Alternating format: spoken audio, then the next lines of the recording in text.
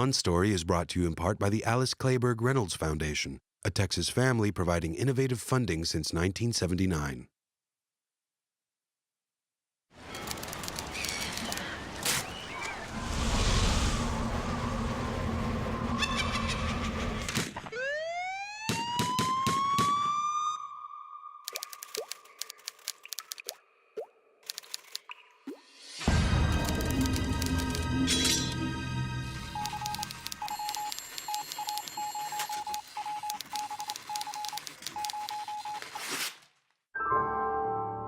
On Story, presented by Austin Film Festival, a look inside the creative process from today's leading writers and filmmakers. In this week's On Story, Creed screenwriter Aaron Covington. So we were in film school and we were just like talking over lunch, and Ryan was like, I kind of have an idea for a Rocky movie, like if he was training Apollo's son or something like that. But it was spurred because at the time his dad had got sick. So the whole thing was about like father and son relationships. And we were like friends for a couple years then, but I hadn't told him that I was an undergrad. My dad had cancer and gone through treatment and everything. So I was really able to connect with what he was talking about right off the bat. In this episode, Aaron Covington discusses the challenges of updating the classic Rocky in the recent hit film, Creed.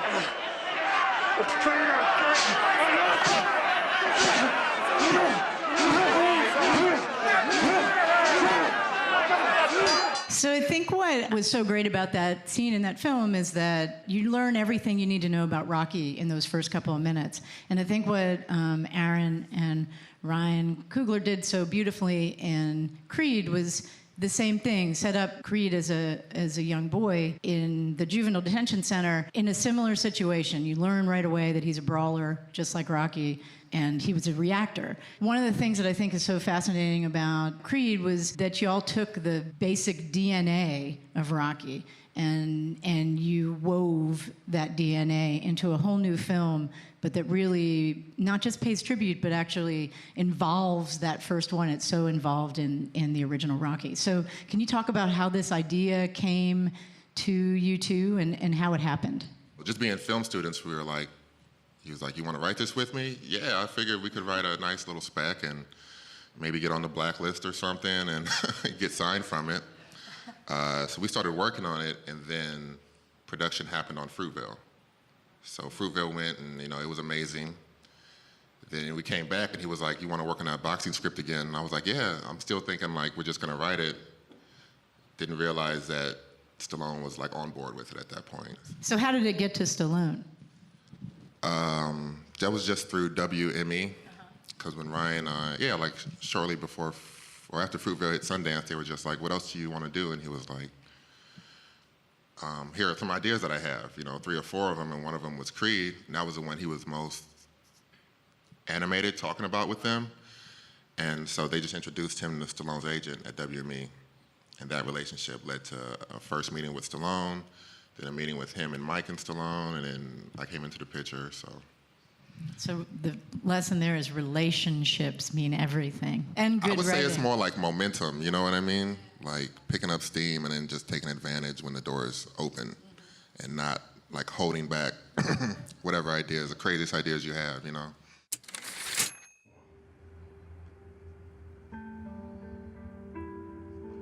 What are you, like a cousin? He's my father. No, Ed. I don't believe you. Call Marianne. Marianne, his wife. The house number still works? Oh, that's right. You haven't talked to her since the funeral. She said you gave a nice speech, though. For that scene, it was just like how long to make it and how much to reveal was really the only question. We felt the best way for them to meet was for him to go to the restaurant, because that was like, from a logic standpoint, the easiest way to find Rocky. Like, he wasn't a recluse, you could find him at his restaurant. So we knew it had to be there. And it was just like playing with tone and how Adonis approaches him, which really just came together when Mike started reading the scene. Especially their first meeting, it could have really set a set a tone of being untrue, you know, or being like kind of just convenient. So we kind of just made Adonis be very direct, you know, just say like, you know, I'm Apollo's son, or yeah, I'm his son, and I want you to train me. Instead of kind of trying to be cutesy with it, which kind of, you know, some iterations had it kind of like hinting towards it and taking like 2 or 3 pages to get out. So very much just about being direct and then letting the actors find it. Then I'm looking at it now and I realize, yeah, we did like get a lot of information out in that scene. When Rocky says like that fight should have been stopped, that answered a lot of questions in terms of his guilt over what happened in the past through the whole movie. I was in the ring. I saw how it went down. That fight should have been stopped. I should have stopped it. Maybe he wanted to go out like a fighter.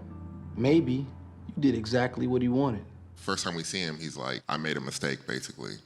So that sets up a good, we didn't have to like come back to that and hammer that home about, you know, having seen with Rocky crying with a towel or something, like, I can't believe that happened, you know what I mean? We were able to like address it when he's confronted with it, you know what I mean? Yeah, but they had such great chemistry right off the bat there. Yeah, yeah. I mean, they liked each other. They were, you know, they became fast friends, so them working together was really easy. So that's where you really first feel that father and son thing happening here, right? Yeah, for sure. Yeah, 'cause that's what Adonis is looking for and what he needs. So we definitely wanted to have this set up that dynamic of, yeah. But then, you know, Rocky had to be pretty reluctant at first, you know. And that just goes back to what the first thing they tell you is, right, make things hard for your main character. So, and then we had to explore a little bit of why Rocky would do this. So when Adonis is like, maybe he went out like he wanted to, you know, maybe, you know, he's talking about Apollo. That's one of the main themes of the whole thing that me and Ryan started when we talked about it at first, was this idea of like being an aging warrior and like kind of being, however you feel when you can't compete like you used to. You don't have that, you know, youthfulness that you used to, but you still like have the heart of a champion. So going out on your own terms, which becomes a big part of Rocky's arc later in the movie when he doesn't want to do the treatment, and then when he does it, it's about him still fighting and kind of recapturing some of that fight from his youth.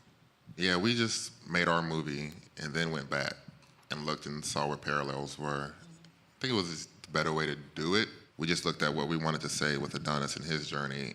And some of those things, like any boxing movie has some of those things. They're part of the genre in terms of like a training montage or when this happens, kind of when you look at the structure. So that part was kind of easy to do without kind of using those as a back reference. But then once we had the structure, we could go back and watch them and look at like, oh, we should make mention of this thing, or you know, mirror this thing. And a lot of that was more directing stuff in terms of like using like certain angles to mirror the angles that were used in the old movies. And part of it too was like Adonis wasn't alive when Apollo was alive. So part of it is us looking at it like, you know what I mean, from memories, because he's looking at it from taped memories. So it's like our interpretation of it, not our study of it.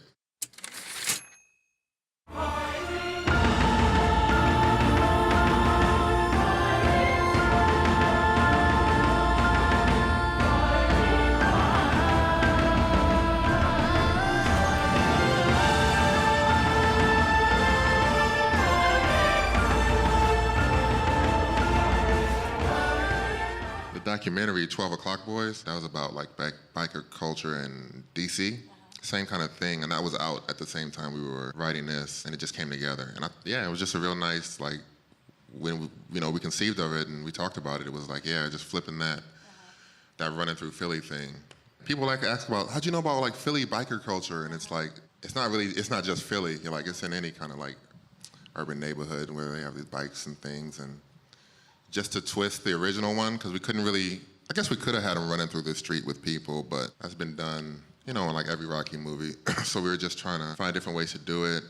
And even the first training montage I thought told a lot of story. First, he's in the ring with this guy, and you know, he just gets mad. But it's really, he's kind of just still spoiled at that point. He's like rich LA kid. Then he's sparring with the older trainer, and he's like, "But Rock, I want to train with you." So that's more him just wanting it his way. And Rocky's telling him like, if you want to be good, like these are the lessons that we all have to learn. Really, is like you don't it doesn't just happen the way you want to. You have to pay your dues. Take them real shots, though. What you mean? Real shots, huh? Take this right now. This is my gym. Right now. You soft back to LA. You ain't ready yet. You ain't ready yet. This is my gym. This gym. Call it a learning curve. Ain't no learning. Hey. You know what? You can't learn anything you're talking. That's a fact of life. You know what I mean? As long as you're talking, you're not listening, go apologize. You guys are on the same damn team, okay? There you go. You good, you good. Good. You good. All right.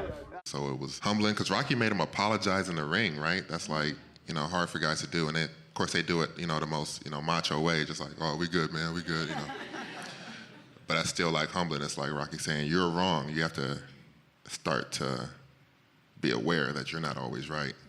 You have to take lessons, to give lessons, I guess. I just made that up. Yeah, but I mean, the relationship the two of them had was one where it seemed like Adonis actually was listening, and the way that Mick gave it to Rocky was a lot harsher. Because you had the talent to become a good fighter, and instead of that, you became a leg breaker, some cheap second-rate loan shark. It's a living? It's a waste of life. I think, Rocky needed a little tougher love. He wanted to just be a simple guy. Yeah. And he was, so he needed somebody to beat him up a little bit in a different way. There's a sense of loneliness in both films that I think is kind of palpable, both with Adonis and certainly with Rocky in the first one. I mean, you just feel Rocky's on his own. Yeah. I feel like that's why Adrian is such a powerful presence so quickly in his life. Can you talk about how you approached that character in Adonis too, a guy without a father and without a family really? The approach was just to kind of to keep him active and keep him doing things throughout the whole movie. So him driving like all the relationships, even if somebody else has whatever they're bringing to the table, Rocky or Bianca, but it was really everything's through Adonis's POV. So I think the hardest part is like giving scenes, giving like space in between, bigger action scenes. Because otherwise it can just feel the whole movie can feel montagey. But I think we had some good scenes, like especially with him and Bianca, where they're kind of relaxing, that give space give breath to the movie. His arc solely, which is, on paper or like tangibly, it's to be a professional fighter. Internally it's to find some connection or purpose in the world. Like where do I belong? Given his background. Then you chart his relationship with Rocky, which is, he seeks him out and they grow and become like a family. And then his relationship with Bianca, which is obviously the romantic relationship, which is them going from, him meeting, a little courtship, and them being a couple, and then they have, they have to have some bumps when they become a couple, which is like when he gets in that fight at the club. So that's for Adonis. And then with Rocky, it's mainly just his relationship with Adonis, which you're already tracking, and then his coming to grips with being older, which is a lonely thing too. So, it's kind of two lonely guys finding each other. Well, so I feel like the scene where that comes across best, where you tell us everything we need to know, is where Adonis finds out Rocky is sick. For real?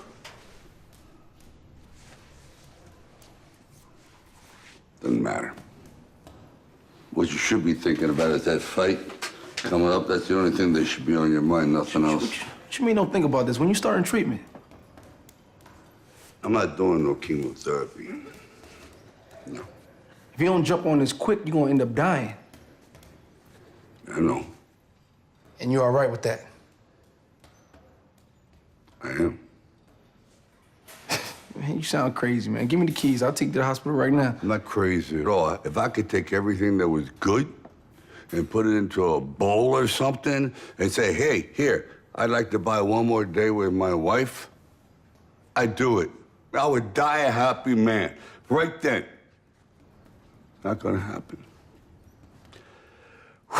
So in the scene, like Rocky, it's a status change. I mean, Adonis is kind of like the dad, and Rocky's like, I ain't gonna do it, like a kid.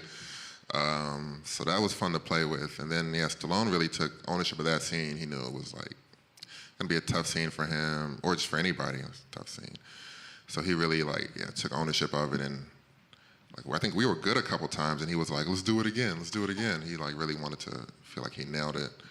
And that was just so there's a lot of pitfalls in that scene that are potential that can happen. Cause there's a whole thing where he finds the pamphlets, and then you could be like, oh, he finds them, then he hears Rocky coming, so he hides them, and then he gets to it, but no, we just cut that kind of stuff out. Cause we were thinking about it like that before, but again, this whole movie is just, everybody just gets right to the point, make it very direct. So Rocky just catches him with the pamphlets, and we just get right to the point. And he's like, what's going on? He's like, well, I'm old and dying, I don't care, kind of like that. And then lays out the whole arc of the movie where he's like, we weren't family, we were just friends, which obviously we had them building a family-like things. We're going nowhere. I am to you just an old trainer. That's what brought us together, We're not a real family.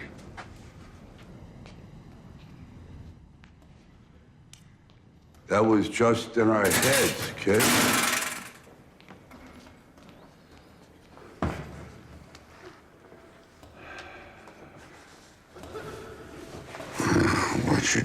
What'd you do?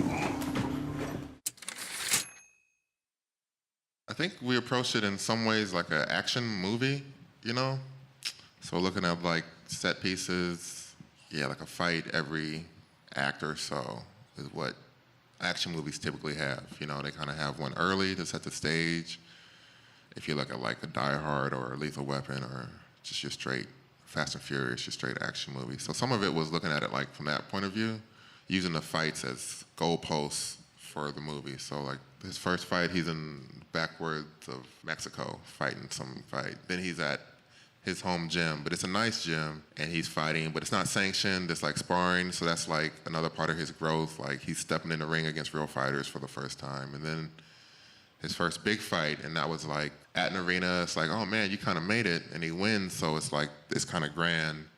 And then the final fight being even bigger, you didn't even know there was a bigger world to enter into. So we looked at the fights from an action perspective and from a chart his growth perspective, Who was he fighting each time, and how does his style kind of get better? At first he's just swinging and he wins the fight. Then he's swinging, but he gets knocked out because they're like, oh, you don't know any technique. Then he learns techniques and he fights a guy that's on the up and up. Then he has to fight a real guy, and it's did all these lessons you learn coalesce to you being able to handle yourself? So the fights really fit into structure as a way just to show his tangible growth, to that tangible goal of becoming a fighter underneath the growth of their relationship. And I try to write from a place of what I would want to see as an audience member more than what is so clever as a writer, So I try to separate that part of the ego from my writing and think about, what would be entertaining, or what would be entertaining from, 16-year-old me, or me if I wasn't, I'm 32, so 30-year-old me that's not a writer. What would I be doing? Or how would I like this? Would our friends like this? So for me, those are kind of the same. I try to keep them the same and not think about what would please me personally and be like, oh, how are people going to react to it? How are people going to react to it? Or what do I want people to feel here? Oh, this is a sad scene. But just because the scene is a sad scene, it's supposed to hit sad notes, it doesn't mean that I want to see it be sappy. I just wanted to get this point across. So how would I want to see that and not feel cringing in my seat, or not be watching it and go here we go? What would keep me personally from doing that if I was just watching this and someone else was writing it? I should have stopped this one with your father. I'm stopping this one now. Don't, okay? Let me finish. I gotta prove it. Prove what? I'm not a mistake. Look at me. I never got a chance to thank Apollo for helping me out after Mickey died. but it's nothing compared to what you've done. You taught me how to fight again, and I'm gonna go home and I'm gonna fight this thing. But if I fight, I want you to fight too. I want you to go across this ring and knock that son of a down. Can you do it? Say it. I'm gonna knock that son of a down. I know you are. You know why? Because you're a Creed, and I love you, kid. Okay, I mean, that was the heart of Rocky right there. Yeah. That's amazing. Can you talk to us about how you guys set that up and shot it? Coming out of the 11th round, yeah, he got that big knockout. He took that real punch. And yeah, Rocky was just like, so we just built in that moment of him like, yeah, saying what his whole arc was, Adonis. And actually, like that line, I think Mike actually came up with that specific line that I don't want to prove I'm not a mistake. And then we just kind of moved on, and then we were shooting it, and we wanted to like really nail it. So we were talking, and Ryan and Mike were talking. I think Mike was just like, yeah, I think he feels like a mistake. And we were just like, that's it, let's say that. Which was great because the music cue there came in post too. That wasn't written in there. So we were looking for a way to put specifically like a song, you know, that song in there. And that ended up being the perfect spot for it. But it's really like, so I'm big on, you know, structure and everything. It all kind of comes down to structure for me. And that's just like, it's like instead of like the whole fight being the climax, like the 12th round is just the climax. So we're just building to that. So we kind of try to hold everything back until the very end. Because he could have said something like that in the jail scene or before the fight, but we just wanted to delay so it'd have maximum impact, and then he could have a triumphant 12th round, and that's like his real victory in the movie. Like that's when it's like, oh, he really accomplished it. Not only did he last that long, but then he like, you know, had that superhuman effort to win that particular round, even though he didn't win the fight. So it's really just building up to like, you know, if you can, I always think if you can have your climax at the very, like right at the very end, maybe like 2 or 3 scenes after, and not like, a lot of times people, like you have the climax and then it's like 20 more minutes of movie. So we were trying to just keep you on the roller coaster until the very end. And so the end feels more like coming to a stop instead of like a long, like, you know, line of traffic, you know? It was definitely a thing where like Rocky had Adrian. It was like Adonis has to have something. We were just trying to think, what could she do that's modern, that's equal to Adonis? So that's when like her being a singer came along, you know, so they could both put them in a world where they would relate to each other that felt honest to 2015, 2016. Rocky was kind of more about him and Adrian, or at least as much him and Adrian as him and Mick, when you go back and look at it, especially if you count the second one, and we borrowed a lot from the second Rocky too, as well. But our movie wasn't a two-hander like that. It was just him and Rocky was a primary relationship. So making her a secondary relationship but still feel like a primary character was really the balancing act there. Yeah, well, because in Rocky, Paulie really helps you understand Adrian. Right, and we didn't have a Paulie, we didn't have a third character. Yeah. Like his training buddy, great guy, this guy Malik, doesn't even have, I don't think he has any lines in the movie on camera. Like he has some voiceover lines. And then the other trainer, this guy Pac-Man, who's a real boxing guy, he doesn't really have any lines either. So without those characters being like the Paulie figure, we had to make all those relationships primary just between those characters, which I think is a good thing. Your challenge is these are your 3 main characters, weave them together and make it feel real. That's not a burden, that's the opportunity. So do you really feel like you both came at this then from that position of the father-son story as your primary, sort of the heart of it? Yeah, for sure. I mean, that's why it ends with, you know, those 2 on the steps. It was really just about those 2 forming that new relationship that they were both missing. Because we know Rocky wasn't super close with his son, and Adonis never had a dad. Even though he acts like he was just looking for a trainer, just trying to do this, but he was obviously really looking for just some kind of male connection. I mean, that's why it ends with, you know, those 2 on the steps. Right there, old man? Yeah. Nice view. You You know, if you look hard enough, you can see your whole life from up here. How does it look? Not bad at all. And you? Not bad at all.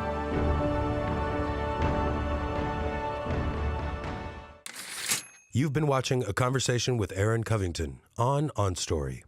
OnStory is part of a growing number of programs in Austin Film Festival's OnStory project, including the OnStory PBS series, now streaming online, the OnStory radio program and podcast in collaboration with Public Radio International, and the OnStory book series available on Amazon. To find out more about OnStory and Austin Film Festival, visit onstory.tv or austinfilmfestival.com.